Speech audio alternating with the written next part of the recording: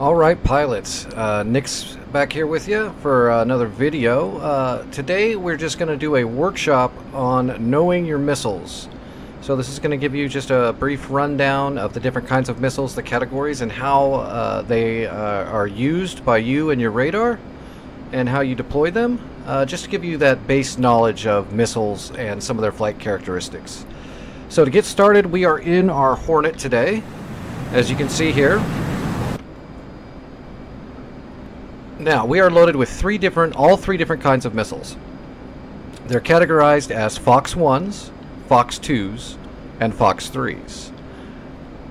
So let's just go through these one at a time. So, Fox 1 is going to be an AIM-7 Sparrow. And those are signified by the call of Fox 1. Now, any missile that has radar guidance from the plane or from the radar that's transmitting all the way to the target is a Fox 1. So let's pretend our jet is a radar, because it is, and we have a line going to the target, and that line is directly connected to our radar, and then there's a line from our radar to the missile. So that's the connection. When you fire the Fox 1 or the AIM-7 Sparrow, the missile gets its guidance from the jet, from the radar that is tracking the target.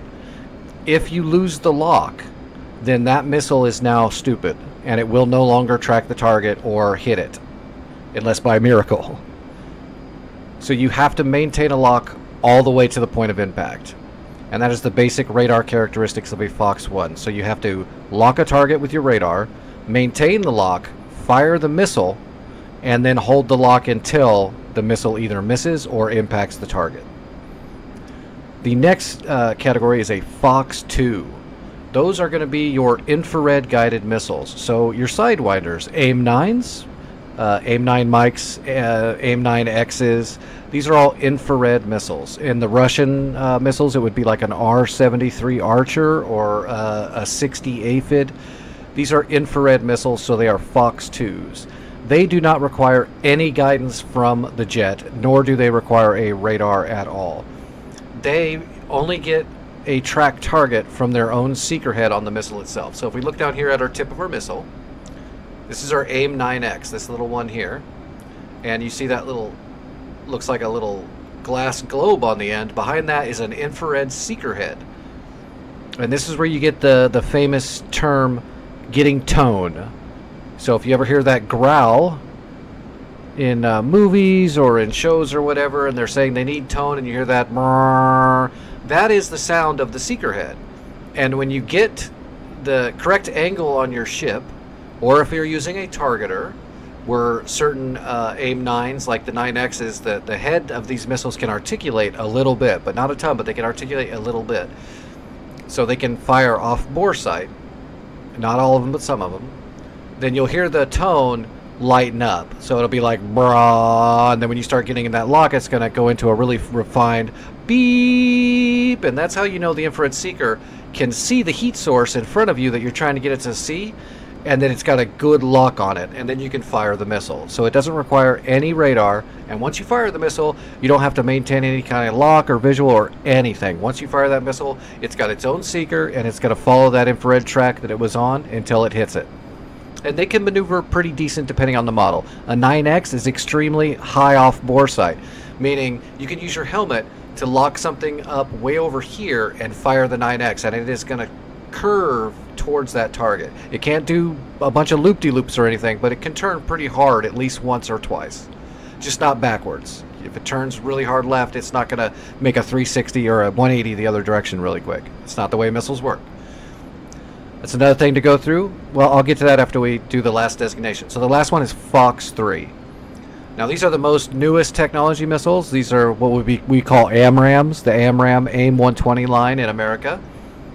The Russian R-77 would be a Fox 3.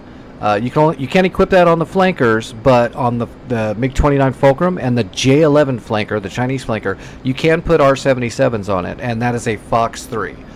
So what a Fox 3 is it you lock a target using the radar on the jet. And it's going to feed that information to that missile just like it was a Fox 1. But the difference is the Fox 3 also has an internal radar guidance system, almost like it's an infrared missile, but it's actually using radiation, so it's an actual radar lock.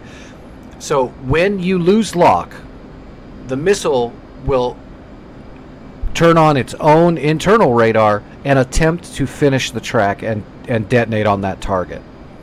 Also, when the missile gets close enough to the target, it'll automatically turn on its radar to finish the shot. And that's called going pit bull. And we'll get into a little bit of advanced stuff with that Fox 3 missile in just a moment on how you can utilize that. So, lock a target with the radar, track it, fire the Fox 3. When it gets close, a missile's going to turn on its own radar to attempt to finish the track, or if you lose lock prematurely, the missile will turn on its radar and attempt to finish the track. And these are the longest distance missiles you're going to deal with are the Fox 3 variants, because they can hold tracks for longer. They usually have better boosters, and because they can track themselves once they've got an initial target. Now, one thing you can do with this... Oh, and just to go backwards, I'm sorry, I'm a little all over the place, but the Russian missiles, we went through the Fox 1s. Most of the Russian missiles are Fox 1s. The United States missiles, it's just going to be the AIM-7 line of missiles that are Fox 1s. But most of the Russian missiles, like the R-27Rs and R-27ERs, those are all Fox 1s. They're not Fox 3s. So the flankers are amazing, but you're firing all Fox 1 missiles and some Fox 2 missiles. The Fox 1s, you do have to hold that lock all the way to impact. If you have to go defensive and you lose your lock, that missile is now dudded. It's junk. So it's really, and it can be really hard in these fights to maintain a lock all the way to impact. So that's one of the challenges. The good thing is the Russians also have the ET, which acts like a radar missile. It uses a lock, but it doesn't actually use the radar. It uses an electrical optical track. So you can fire the ET from farther away than you could a normal Fox 2, but the ET is a Fox 2. It does infrared, but it'll use a passive track on the target to get going, and then when it gets close enough, its infrared tracker will take over to finish the track, kind of like it's a Fox 3, but it's like a Fox 3 for infrared. So that's a Russian missile that is very good. That is the R-27ET. Those are amazing. Now, getting back on track, there are two radar modes that you're going to be using most of the time. That's RWS, and that's range while scan. That's your standard radar. You see a target out there, you get your cursor over it, you lock it up. On the enemy side, their RWR is going to start getting pings when you've got your radar pointed at them, and when you lock them up, it's going to give them a lot of pings so they know they're being tracked by an enemy. So you can't really sneak up on somebody when you're in RWS and you have them locked up, which doesn't really matter if you intend on killing them anyway or you're in a fight, but you definitely can't sneak up on them. The other one is TWS, and this is track while scan. So you noticed it lessens your radar, so you don't have as big of an azimuth sweep, and it just goes back and forth a lot quicker because you have a less degree on the azimuth sweep. TWS stands for track while scan, and what it does is everything in there, it'll track it and keep it as like a track file, so you don't have to physically lock it up. And when you're doing that, the enemy does not know that you are passively tracking them. Their RWR is not getting a bunch of beeps and signatures because your radar is not actually pinging them or locking them. It's just passively tracking them. Now, a Fox 3 missile gets its guidance from the jet. If you lose your lock on them, then the Fox 3 will go pit bull, which means its own radar will turn on and finish the track. When a missile goes pit bull, the enemy's RWR is going to go crazy because they have an imminent lock, and the missile's close probably because it went pit bull. So they're going to know for sure. But the trick is you can get a passive track with your TWS. You can fire a Fox 3 and maintain your passive track on your TWS for as long as you can to give your missile as much guidance as you can. And then when it gets close enough and it goes pit bull, then it's going to get a hard lock using its internal radar, and then the enemy's RWR is going to go nuts. But by then, that missile is going to be a lot closer. So they might not be able to get away now. They might not be able to get defensive. So that's basically ninja firing a Fox 3. It's not going to always work out that way, but that is a trick you could utilize to sneak up on somebody and fire a long-distance missile on them, and they won't even know it's coming until it's too late. Alright, we're not going to get too deep into the radar discussion this time because we're just going to do missiles, but that's just some food for thought on RWS and TWS. But for today, what we're going to do is we're going to go into RWS just like normal, and we're going to go through and fire one of each of our missiles here, our Fox 3s, our Fox 1s, and our Fox 2s. We've got some targets out here in front of us. Alright, and here we go. So first thing we're going to do is arm the aircraft, and then we're going to go to air-to-air mode. We're going to select our Fox 3 AMRAAMs, and we can see our targets already right there. They're about 20 miles out. There we go. Let's go ahead and get a track on that lead aircraft. Now we can get nose on. We can see they are exactly 21 miles out. We can see it right here. Here's our symbology. We've got our min and max, so we got this counter coming down here, and when it gets in here, it's going to give us a launch authority, a shoot signal. And we can also tell it's an enemy because it's gone red. It went through IFF and it went red in our radar. And the lock symbology is showing a diamond instead of a square. So if it's square, we don't know what it is, and if it's a diamond, we know it's enemy. Or just unfriendly, to say the least. So we're going to get close. We're going to fire our Fox 3 missile, which is going to be our missile that we will give it guidance for as long as we can, but it will finish the track on its own guidance, and we do not have to hold the lock the entire time because it does have its own radar. And another trick to that you should know is missiles flight. So missiles can fly pretty far, but there's determining factors. The higher the altitude you are, the thinner the air is, and the least amount of resistance there is for the missile to fly through it. So the boost that the missile has when it goes off the pylon is more effective at higher altitudes. So that boils down to your missiles will go farther the higher you are when you shoot them, and the higher your target is. Both those factors come into the range your missile could fly. Also, the speed at which you're flying when you fire that missile is a determining factor as well, because it's going as fast as you are when you fire it, so it's going to boost even farther off of that. So if you want to get a good high velocity missile shot that's going to go as far as you can get it to go and have a good shot, speed and altitude is a determining factor in those things. So we're speeding up now, and we're maintaining a little lead, which is what that dot is showing us is the lead. The aircraft is turning this direction. And he does know he's locked up, because we are using an RWS single target track on him right now, so his RWR is going to know that something has us locked, which is probably why they're starting to lose some altitude, because they're trying to be a little bit more evasive, maybe trying to build up speed to get away.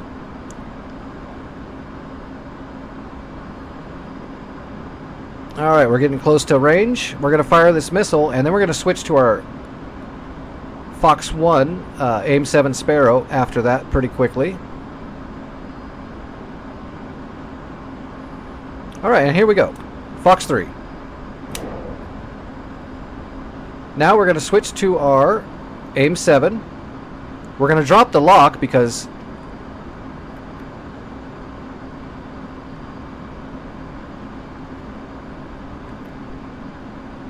the Fox 3 can do it all by itself. We're going to try to get a lock now on this guy here.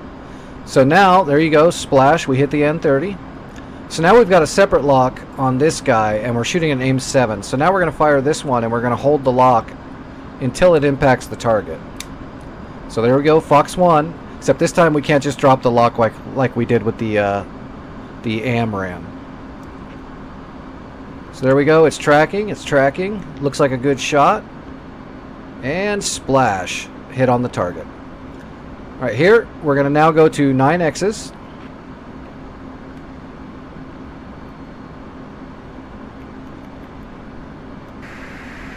Now you can hear that tone. So now we're going to change. We don't have our helmet on. So now we're going to switch it to here, and we're going to get our head mount. Because now you see that circle on the head mount. That's the tracker of the Fox 2 trying to find the target. There you go, and Fox 2. There you go. Splash. And now you know the difference between the IR, the Fox 1, and the Fox 3. Let's go ahead and switch that up so it's not so loud in our ears. Now those are the basic 3 categories of air-to-air missiles, and the ones you're going to use the most are probably going to be your Fox 2s and Fox 3s, but when you get into the older planes, you're going to get a lot of Fox 1s, a lot of AIM-7 Sparrows, just because that's what we used for a very long time until the AMRAAM technology came. And again, almost all of the Russian stuff that's in DCS is all Fox 1s and Fox 2s, except for the R-77, which is only on the MiG-29 and the J-11 Chinese flanker. So that's a good reason to learn how to get your key bindings and fly around in the J-11 until you get real used to it, just because you do have the ability to fire a Fox 3 missile from it, and that's really nice to have. Alright, that is our workshop. Now there's a lot more information that you could get. That's just a basic workshop on the 3 different missile types and how they work. There's a lot more to them, but that's going to get you started. That's going to give you a good base of knowledge so that you're not going in and trying to learn everything blind, or people might use terminology you don't quite understand. Now when somebody says Fox 1, 2, or 3, you're going to know exactly what they're talking about. You're going to know exactly what they fired. Also, just so you know, we went over RWR locks and how they'll give you a warning when you're being locked or when you're being fired upon with a radar. A Fox 1 and a Fox 3 are radar guided, which means if they are fired at you, your defense is to chaff. So chaff is going to shoot out a bunch of little packages of little foil strips that are going to fly around in the air, and that is to trick radars. So if a radar missile, a Fox 1 or a Fox 3, is flying to hit you, using chaff can help that missile lose its guidance and miss you and go after the chaff. Flares are only good for Fox 2s because they are infrared heat-seeking missiles. So the flare is a very large heat signature flashing out in front of that IR missile. So when you're flaring, you're hoping to get that Fox 2 to go after that flare instead of you. So if you get shot at by a radar missile and you flare, that does absolutely nothing. If you get fired on by a Fox 2 heat-seeking missile and you chaff, that does absolutely nothing. But while you're still learning all of this, it might be good just to have a button that fires one chaff and one flare at the same time, just so you don't have to worry about knowing exactly what missile's coming at you. There's plenty of ways to figure out what's being shot at you, but there's no 100% guarantee to know. So when in doubt, chaff and flare at the same time. That's just the best way to do it.